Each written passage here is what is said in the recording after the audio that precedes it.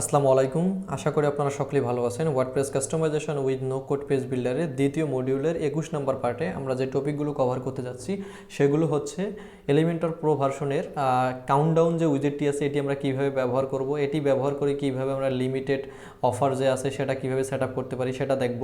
Share বাটনের যে উইজেটটি আছে সেটি আমরা দেখব এবং শেয়ারিং যে সিস্টেমটি আছে সেটি কীভাবে কাজ করে সেটি আমরা দেখব এবং সবার শেষে আমরা দেখব রিভিউ উইজেটটি কীভাবে কাজ করে। সো আজকের ভিডিওটি অনেক গুরুত্বপূর্ণ হতে যাচ্ছে। আশা করি আপনারা ভিডিওটি শেষ পর্যন্ত দেখবেন।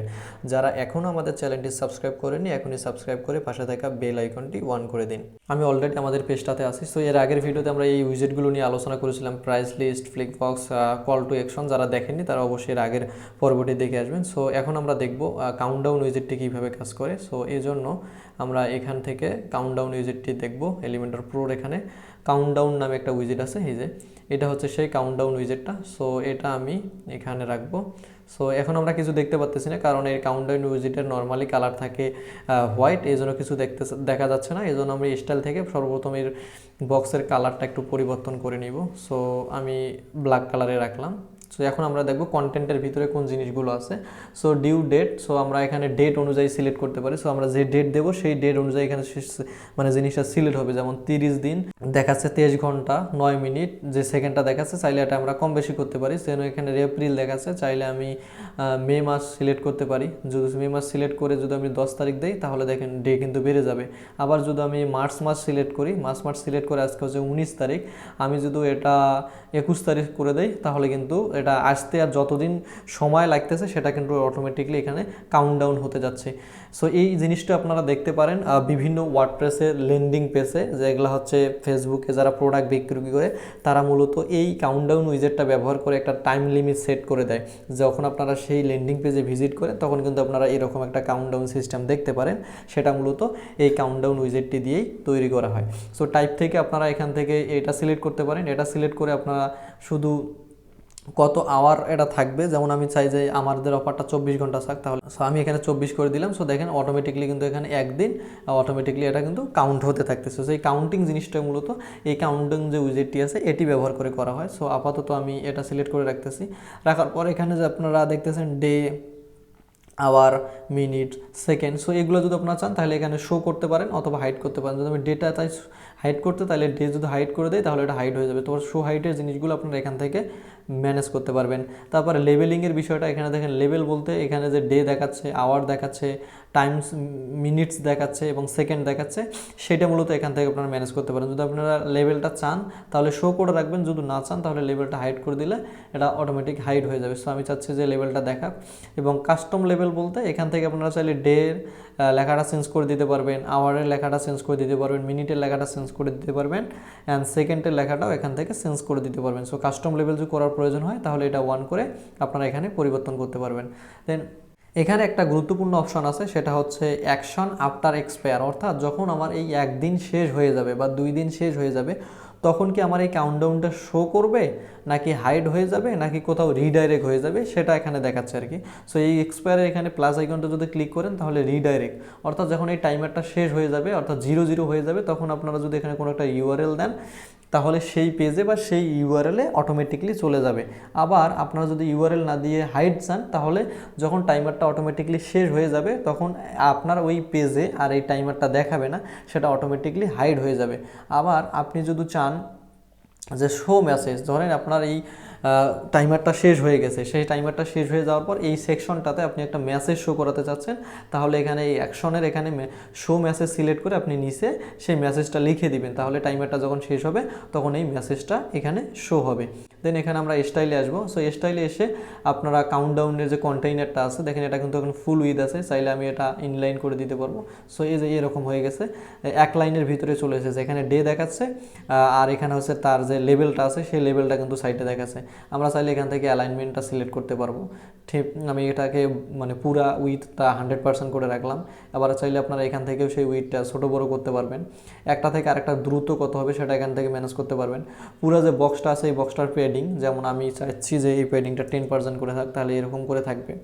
বক্সের কালারটা এখান থেকে ম্যানেজ করতে পারবেন। যদি বর্ডার দেন তাহলে সেই বর্ডারটা এখান থেকে ম্যানেজ করতে পারবেন। যেমন আমি চাচ্ছি বর্ডার রেডিয়াস দেবো, তাহলে আমি 10 পিক্সেল বর্ডার রেডিয়াস দিলাম। আবার যদি প্রত্যেকটা বক্সে আপনারা বক্স শ্যাডো চান তাহলে সেই বক্স শ্যাডোটা সিলেক্ট করলে এখানে সেই বক্স শ্যাডোটা চলে আসবে।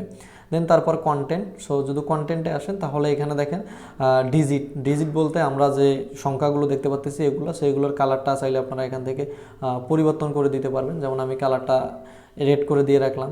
টাইপোগ্রাফিতে আপনারা চাইলে এখান থেকে ফন্ট ফ্যামিলি চেঞ্জ করতে পারবেন, আবার চাইলে এখান থেকে আপনারা এর সাইজ পরিবর্তন করতে পারবেন। সো অর্থাৎ টাইপোগ্রাফি রিলেটেড জিনিসগুলো আপনারা এখান থেকে করতে পারবেন। তারপরে লেভেলের যে কালারটা আছে সেটা চাইলে আপনারা এখান থেকে পরিবর্তন করতে পারবেন, এর ফন্ট সাইজ পরিবর্তন করতে পারবেন। এবং এখানে যে মেসেজটা আপনারা দিলেন, এই কন্টেন্টের এখানে যে মেসেজটা আপনারা লিখবেন সেই মেসেজের সেই মেসেজের অ্যালাইনমেন্টটা ঠিক করতে পারবেন, সেই মেসেজের কালারটা এখানে সেট করতে পারবেন, সেই মেসেজের টাইপোগ্রাফিটা আপনারা এখানে সেট করতে পারবেন। আশা করি কাউন্টডাউন উইজেটটি কীভাবে কাজ করে আপনারা বুঝতে পেরেছেন। এখন আমরা দেখব সোশ্যাল শেয়ার বাটনটি কীভাবে কাজ করে। সো এই জন্য আমি এখানে সার্চ দিচ্ছি, এই যে সোশ্যাল লিখলে এখানে সোশ্যাল শেয়ার বাটনটি আসবে। সো এটি আমি এটার নিচে রাখতেছি। সো এখানে সোশ্যাল শেয়ার বলতে যে কেউ যদি এখানে ক্লিক করে তাহলে আমাদের যে পেজটা আছে সেই পেজটা কিন্তু শেয়ার সে করতে পারবে। সো আপাতত আগে আমরা স্টাইলটা দেখি, তারপরে আমি এর ফাংশনালিটি আরও ভালো করে বোঝাচ্ছি। সো সর্বপ্রথম এখানে দেখেন ফেসবুক, টুইটার, লিঙ্কডইন। সো আমি যদি আরেকটা অ্যাড করতে চাই তাহলে আমি অ্যাড নিতে ক্লিক করে এই নেটওয়ার্ক থেকে আমি কোন প্ল্যাটফর্মটা সিলেক্ট করতে চাচ্ছি, যেমন আমি পিন্টারেস্ট সিলেক্ট করলাম তাহলে এখানে অটোমেটিক পিন্টারেস্ট চলে আসবে। আমি যদি ওকে সিলেক্ট করি তাহলে অটোমেটিকলি এখানে ওকে আসবে। অর্থাৎ যে নেটওয়ার্কে যে কয়টা আছে এখানে আপনি সেই কয়টা দিতে পারেন। যদি আপনি ইমেল চান তাহলে সেই ইমেলটা এখানে অটোমেটিকলি চলে আসবে। যদি আপনি হোয়াটসঅ্যাপ চান তাহলে সরাসরি এখানে হোয়াটসঅ্যাপটা চলে আসবে। সো এখান থেকে মূলত আপনি সোশ্যাল শেয়ারের যে বাটনগুলো আছে সেগুলা যুক্ত করতে পারবেন। দেন তারপরে ভিউ, দেখেন ভিউতে কি আছে আইকন অ্যান্ড টেক্সট। এই জন্য আমাদের ফেসবুকের আইকনটাও দেখাচ্ছে এবং ফেসবুক লেখাটাও দেখাচ্ছে। আপনারা চাইলে আবার ফেসবুক লেখাটা কিন্তু চেঞ্জ করতে পারবেন। এই দেখেন কাস্টম লেভেলের এখানে যদি আমি যদি হ্যালো দেই বা হাই দেই তাহলে দেখেন ফেসবুক লেখাটা বাদ দিয়ে কিন্তু এখানে হাই চলে এসেছে। সো এখানে লেভেলিং জিনিসটাও কিন্তু আপনারা এখান থেকে ম্যানেজ করতে পারবেন। সো এখানে ভিউতে কি দেখাচ্ছে আইকন এবং টেক্সট। আমি চাচ্ছি যে না শুধু আইকন দেখাক তাহলে শুধু আইকন দেখাবে, আমি চাই শুধু টেক্সট দেখাক তাহলে শুধু টেক্সট দেখাবে। সো আমি চাচ্ছি যে না আইকন অ্যান্ড টেক্সট দুইটাই থাক, সো দুইটাই দেখাবে। তারপরে লেভেল, এখানে লেভেলটা কিন্তু শো হচ্ছে, এই যে এই লেভেলটা যেটা লেখাটা দেখালাম সেই লেভেলটা কিন্তু এখানে শো হচ্ছে। তারপর স্ক্রিন টাইপ গ্রেডিয়ান আছে, মিনিমালস থাকলে এরকম হবে, যদি ফ্রেম দেই তাহলে এরকম, যদি বক্স দেই তাহলে এরকম হবে, যদি ফ্ল্যাট দেই তাহলে এরকম হবে। সো আমি গ্রেডিয়ানে রাখলাম। তারপরে এখানে বর্তমানে স্কোয়ার আছে, চাইলে আমি রোটেট করে দিতে পারবো, সার্কেল করে দিতে পারবো। সো আপনার স্টাইল যেটা চাচ্ছে, ক্লায়েন্ট যেরকম চাচ্ছে ঠিক সেরকম স্টাইল আপনারা এখানে করতে পারবেন। এখানে কলাম বর্তমানে অটো দেওয়া আছে, চাইলে আমি এখান থেকে একটা কলাম করে রাখতে পারবো, দুইটা কলাম, তিনটা কলাম করে রাখতে পারবো। সো আপাতত আমি অটো রাখতেছি। দেন তারপরে এখানে টার্গেট ইউআরএল, দেখেন টার্গেট ইউআরএল বর্তমানে কারেন্ট পেজটা আছে। যখন কেউ এই সোশ্যাল শেয়ার বাটনগুলোতে ক্লিক করবে তখন আমাদের বর্তমান যে পেজটা আছে সে এইটাই মূলত তার সোশ্যাল যে প্ল্যাটফর্মগুলো আছে এগুলোতে শেয়ার করতে পারবে। সো এই উইজেটটা সবচেয়ে বেশি কাজ থাকে ব্লগে। যখন আমরা কোনো একটা ব্লগ ডিজাইন করব, ব্লগের সিঙ্গেল পেজ ডিজাইন করব, সেখানে মূলত আমরা এই উইজেটটা ব্যবহার করব।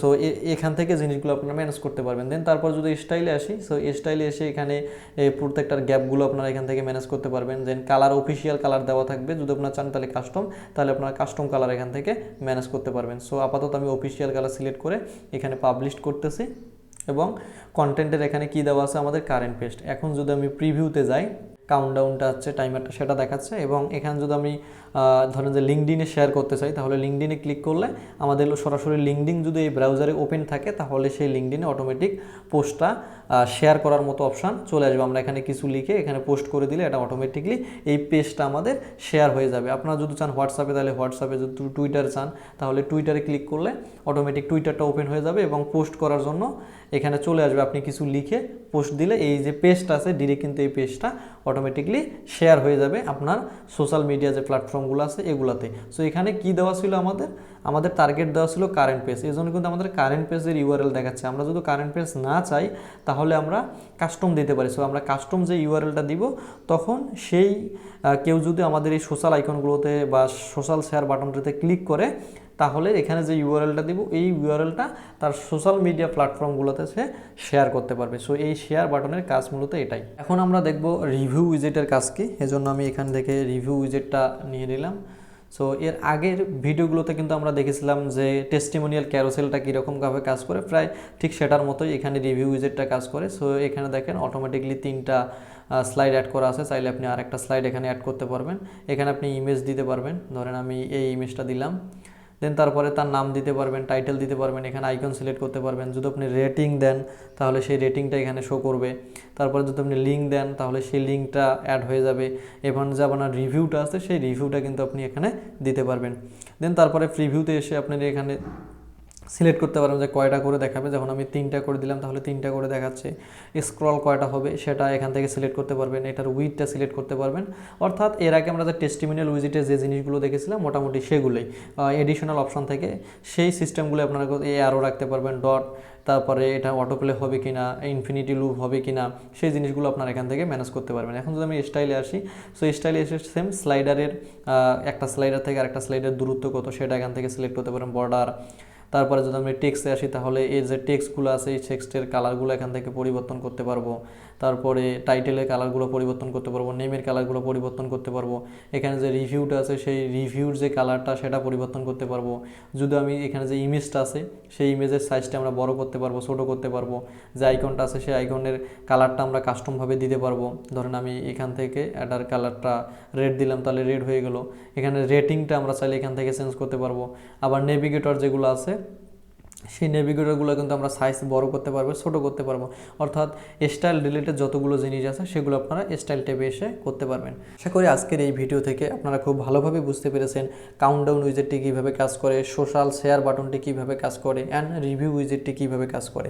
এখন আপনাদের কাজ হচ্ছে মূলত প্র্যাকটিস করা। যখন আপনারা প্র্যাকটিস করবেন তখনই মূলত আপনার শেখাটা অনেক পরিপূর্ণ হবে। সো এখন আপনারা যখন প্র্যাকটিস করবেন, প্র্যাকটিস করার পর এই প্র্যাকটিসটা অবশ্যই আমাদের নো কোড লার্নার যে গ্রুপটি আছে সেখানে পোস্ট করবেন। আপনারা কীভাবে পোস্ট করবেন, আপনারা এটা প্র্যাকটিস করা শেষ এই অবস্থায় আপনারা লাইট শট নামে একটা এক্সটেনশন আছে, সেই এক্সটেনশনটা ব্যবহার করে এরকম করে স্ক্রিনশট নেবেন যে আপনি যে প্র্যাকটিস করছেন, এরকম করে স্ক্রিনশট নিয়ে দেখাই দিবেন যে আপনি কাউন্টডাউন, শেয়ার বাটন, রিভিউটা প্র্যাকটিস করেছেন। এই প্র্যাকটিসের স্ক্রিনশটটা নিয়ে আমাদের যে নো কোড লার্নার যে গ্রুপটি আছে সেখানে পোস্ট করবেন। আমি দেখবো যে ঠিকঠাকভাবে আপনারা প্র্যাকটিস করতেছেন কি না। এছাড়াও প্র্যাকটিস করতে গিয়ে যদি আপনাদের কোনো প্রবলেমে ফেস করেন তাহলে সেটাও আপনারা আমাদের গ্রুপে পোস্ট করবেন, সেখানে দেখে আমি আপনাদেরকে সেটা সলভ করে দেওয়ার সর্বোচ্চ চেষ্টা করব। সো আজকের ভিডিওটি এ পর্যন্তই। ইনশাআল্লাহ দেখা হচ্ছে নেক্সট ভিডিওগুলো থেকে। যারা এখনও আমাদের চ্যানেলটি সাবস্ক্রাইব করেননি এখনই সাবস্ক্রাইব করে পাশে থাকা বেল আইকনটি অন করে দিন।